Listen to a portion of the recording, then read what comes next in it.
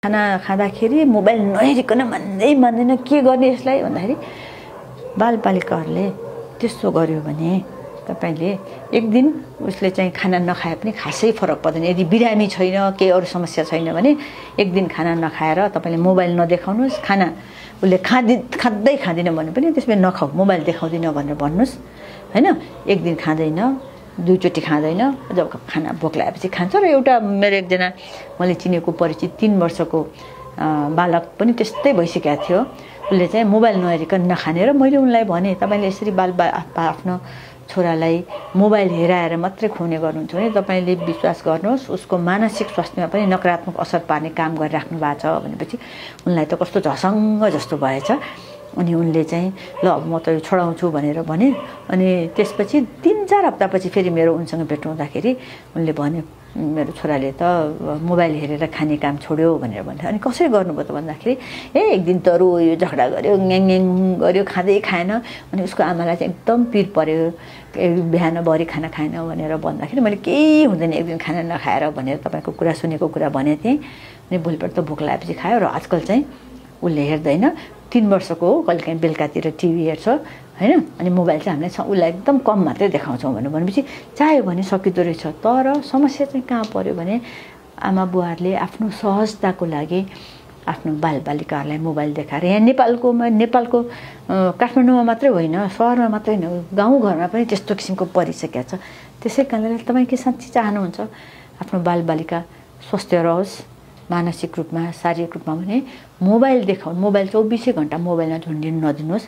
यसको कुलत लाग्छ र यसले चाहिँ उसलाई शारीरिक र मानसिक दुईटै रूपमा अस्वस्थ गराउँछ। र बालबालिकाहरूलाई मात्र होइन, अहिले कतिजना युवाहरू देखेको छु मैले यसो कुप्रेर हिँड्ने हुन्छ।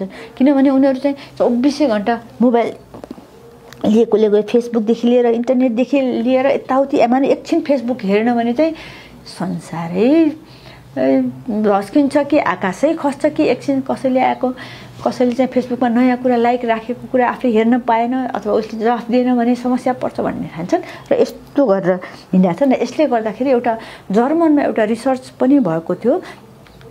त्यहाँ बालबालिकाहरूको यस्तो किसिमको मोबाइल हेर्ने बानीले गर्दाखेरि उनीहरूको हड्डीहरूमा समस्या परेको भनेर देखाएको छ। अब नेपालमा अहिलेसम्म त्यस्तो अध्ययन त कुनै भइसकेको छैन।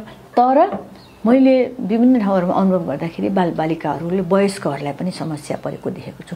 यस्तो प्रकारले कतिजनाले त यस्तो प्रकारले खुप्रै परेको पनि देखिन्छ अरे। त्यसो कारणले गर्दाखेरि मोबाइल चाहिन्छ, मोबाइल नभएको हुँदैन।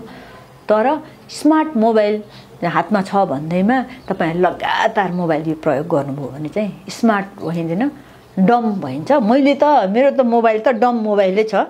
अहिले भर्खर केही दिन अगाडि अमेरिकन साथीहरूसँग भेट भयो। अनि उनीहरूलाई मेरो मोबाइल हेरेर उनीहरूले चाहिँ तिमीले त डम मोबाइल दिएछ, अहिले अमेरिकामा चाहिँ मान्छेहरू स्मार्ट मोबाइलको सट्टामा डम मोबाइल लिन थालेका छन् भने चाहिँ म चाहिँ अहिले त अगाडि नै रहेछु भनेर उनीहरूसँग जिस्के पनि। र यो मोबाइलले गर्दाखेरि मलाई चाहिँ के सजिलो भएको छ, मलाई 24 घण्टा यसमा बस्नु परेको छैन। साथीहरूसँग कन्ट्याक्ट गर्न टेलिफोनहरू एसएमएसहरू यसबाट हुन्छ। अरू काम चाहिँ म कम्प्युटरबाट गर्छु। र त्यसै कम्प्युटरमा त हामी 24 घण्टा बाटोमा हिँड्दा बसमा हिँड्दा कम्प्युटर त खोल्ने काम हुँदैन। त्यसै कारणले गर्दाखेरि यसले चाहिँ मलाई जिन्दगी सहज बनाएको छ। अब कतिजना उता स्मार्टफोन नलिकनै हुँदैन। अनि पत्रकार, कतिजना हस्पिटलमा काम गर्ने डाक्टरहरू, फोटोग्राफरहरूलाई त्यो चाहिन्छ नि। तर जे जति प्रयोग गर्ने हो त्यसको लागि कतिपय समयमा चाहिँ यो समय चाहिँ हामी प्रयोग नगर्ने भनेर विचार गर्नुभयो भने जिन्दगी सहज हुन्छ, स्वस्थ रहन्छ।